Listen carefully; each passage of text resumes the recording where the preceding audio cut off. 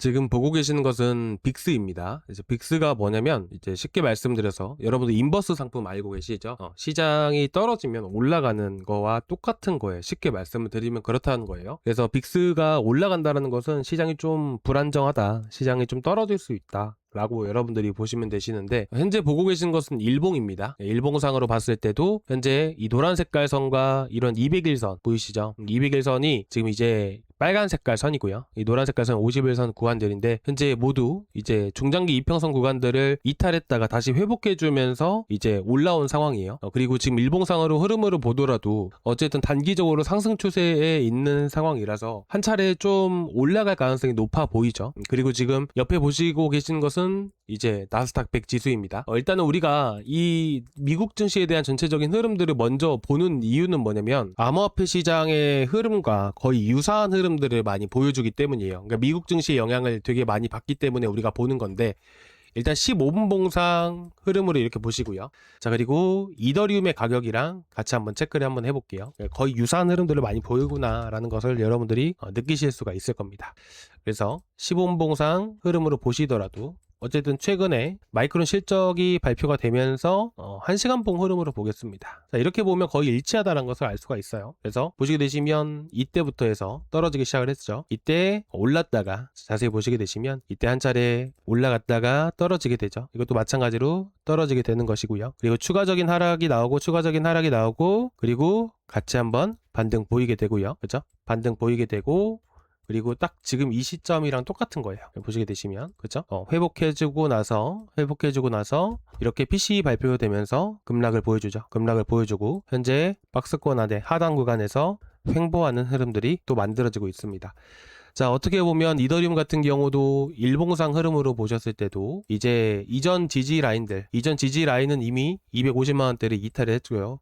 그리고 최근에 바닥 찍었던 위치들에 간당간당하게 이렇게 지지를 해주고 있는데, 어쨌든 현재 위치에서 나스닥도 추가적인 하락이 나온다라고 했을 때는 이제 이더리움 같은 경우도 추가적인 하락, 그리고 비트코인이나 리플이나 솔라나 같은 경우도 이 라인을 이탈하게 되었을 때는 투매가 한 차례 발생이 될 수가 있겠죠.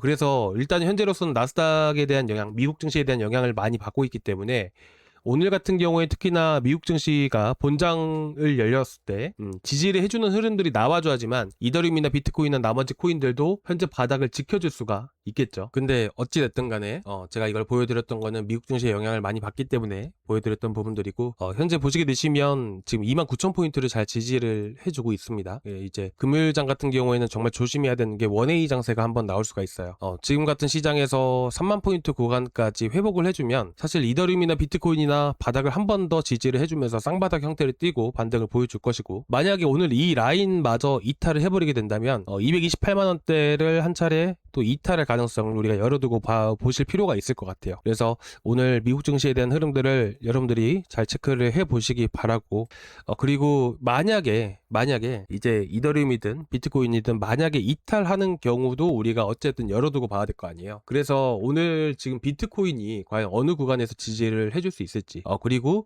지금 당장에 이제 나스닥이 뭐 내일 모레 봤을 때 이제 월요일날 증시 같은 게 열리고 나서 반등을 강하게 보여준다라고 가정을 해볼게요. 그러면서 이더리움도 비트코인도 여기를 지켜주면서 다시 한 번 더 반등을 보인다라고 했을 때는 어쨌든 그 후에도 다시 한 번 더 이탈할 수가 있는 거잖아요. 그렇죠? 모든 가능성을 열어두고 보는 거예요. 반등을 보여줄 수도 있지만 최악의 상황을 우리는 항상 생각을 해봐야 되는 부분이니까. 그죠? 그래서 오늘은 이더리움이랑 이 비트코인이랑 만약에 이 자리를 이탈했을 때 그 다음 지지 라인은 어디가 될 수 있을지를 여러분들과 같이 분석을 한번 해보도록 하겠습니다. 일단 제가 지난 시간에도 여러분들께 말씀드렸던 거는 이 리얼라이즈드 프라이스 기억나시죠? 이 실현 가격이다 라고 하는 겁니다. 이 실현 가격, 리얼라이즈드 프라이스는 현재 평균 매입 단가, 시장 전체 투자자의 평균 매입 단가에 가장 가까운 값이다 라고 하는 거죠. 자, 이거는 제가 지난 시간에 말씀드리면서 결국에는 시장 전체적으로 봤을 때 이 구간, 리얼라이즈드 프라이스의 한 차례 시장이 바닥을 형성을 했을 때는 이 자리를 한 차례 이탈합니다. 그렇죠. 이탈하고 나서 바닥이 형성이 돼요. 이때는 2022년도였었고요. 그리고 2019년도, 2018년도 당시에도 보시면 어때요? 바닥이 형성됐을 때 이 실현 가격을 이탈을 시키고 나서 바닥이 형성이 되어 왔습니다.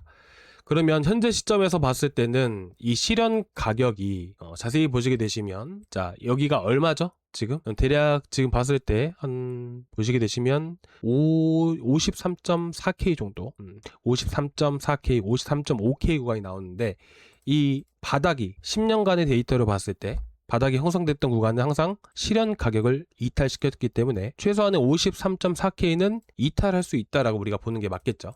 그리고 53.4K 기억해 두시기 바라고 제가 좀 이따 말씀드릴게요.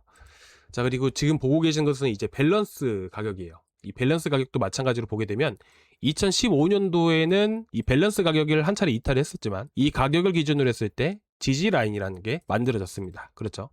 2015년도 그리고 2018년도도 보시면 어떨까요? 이때도 마찬가지로 이 밸런스 가격을 기준으로 했을 때 이탈했지만 이때부터 지지를 해주고 바닥이 형성이 되었습니다. 마지막으로 2022년도, 2023년도도 보시게 되시면 어떤가요? 이 밸런스 가격을 기준으로 했을 때 저점이라는 게 계속해서 형성이 되고 바닥이라는 게 여기서부터 형성이 됐다는 것을 알 수가 있죠. 그래서 53.4K 구간을 제가 좀 이따 말씀을 드리는 이유에 대해서 좀 말씀드리겠지만, 리얼라이즈드 프라이스 선이 이렇게 흘러간다라고 하고요. 비트코인의 가격이 이렇게 하면서 리얼라이즈드 프라이스 실현 가격을 이탈했다 해볼게요. 근데 제가 이거를 좀 이따 그려드리는 이유는 뭐냐면, 나중에 바닥을 형성을 하고 이제 비트코인이 급등을 하게 되면 보통 실현 가격을 넘어선 순간부터 해서 급등이 나오게 돼요. 그래서 추후에 여러분들이 바닥을 체크를 할 때는 밸런스 가격을 첫 번째로 체크를 하고요. 그리고 그 다음에 비트코인이 이제 하락 추세를 멈추고 이제 급등을 한다, 상승 추세로 전환을 한다, 그러면 여러분들이 이 실현 가격을 체크를 하시면 돼요. 그래서 두 가지를 여러분들께 말씀드릴게요. 자, 오늘은 간단하게 이것만 좀 말씀드릴 거고, 자, 보시게 되시면 현재 밸런스 가격은 39.5K가 나옵니다. 자, 39.5K 구간들 이탈했을 때를 우리가 대비를 하는 겁니다. 지금 당장 거기까지 무조건 떨어집니다 라고 말씀드리는 게 아니라는 점 오해하지 마시기 바랍니다. 아시겠죠? 자, BTC 53.4K랑 39.5K 딱 요 두 개만 우리가 한번 체크를 해보겠습니다. 먼저 53.4K 구간, 자, 53.4K 구간, 자, 보시게 되시면 이렇게 해보면 되겠죠. 자, 이 구간에 이제 원화 기준 가격을 말씀드릴 건데, 현재가 기준으로 대략 한 10% 하락한 구간이네요. 자, 그러면 지금 현재 가격 기준으로 했을 때 대략적으로 봤을 때 10%면 대략적으로 봤을 때 지금 한 8,100만 원 정도가 해당이 되겠네요. 8,100만 원 여러분들이 꼭 체크를 해두시기 바라고요. 여기는 지지 라인이 될 수 있겠지만 지지 라인이라기보다는 이제 추후에 이탈하고 나서, 자, 밸런스 가격, 이 밸런스 가격이 핵심 지지 라인이구나, 이렇게 보시면 됩니다. 그리고 밸런스 라인을 39.5K 구간 체크를 해보면 현재 가격 기준으로 했을 때, 자, 다시 한 번 더 말씀드리지만 여기까지 떨어진다라는 말은 아닙니다. 이제 혹여나 만약에 이 돌발성 악재가 나온다라고 했을 때는 이 구간까지 떨어질 수도 있겠구나라고 보는 거예요. 지금 당장 떨어진다라는 말은 아닙니다. 그래서 혹시 모를 상황에 대비를 해서 이렇게 바닥 구간을 예상을 해서 여러분들께 말씀드리는 거예요. 그래서 현 위치에서 또 33K, 33% 대략적으로 봤을 때, 그러면 정말 너무 많이 떨어지네요. 여기까지 안 떨어졌으면 좋겠습니다. 6천만 원대까지 이렇게 체크를 해두시기 바랍니다. 자, 여기가 바로 지지 라인이다. 사실 어떻게 보면 여러분들 기술적 분석 해보신 분들은 아시겠지만 지금 200주선 구간이 딱 9천만 원 구간이거든요. 근데 지금 어쨌든 저뿐만 아니라 다른 인플루언서 분들, 그리고 전문가분들, 해외 전문가 이런 분들도 보게 되면 이제 비트코인의 바닥이 다가오고 있다고는 하지만 확실히 지금 자리가 바닥이라고 얘기하기는 어렵다라고 합니다. 그리고 여러분들이 기사에 찾아보시면 아시겠지만 아직까지 비트코인 바닥이라고 100% 확신을 갖고 보기 어려운 결정적인 이유가 온체인 데이터들이 전체적으로 봤을 때 바닥 신호를 가리키고 있지 않다라는 부분들이 있고, 그리고 제가 추가적으로 여러분들께 말씀을 드릴 게 있다면, 현재 상황에서 지금 이제 제가 좀 이따 지금 보여드릴 건데, 실제 고래들의 물량들이 어떻게 매집이 되고 있는지를 여러분들께 지금 보여드리는 겁니다. 자, 보게 되면, 자, 저번 시간에도 간단하게 좀 말씀드렸는데, 홀드 웨이브, 호들 파동이라고 있습니다. 이게 뭐냐면 실제 기간별로 나뉘어진 고래들이 얼마만큼 물량을 매집을 하고 있는지를 나타내는 지표예요. 그래서 보통 보는 게 이렇게 중장기 투자자, 중장기 고래들에 대한 매집량을 이렇게 보는 거거든요.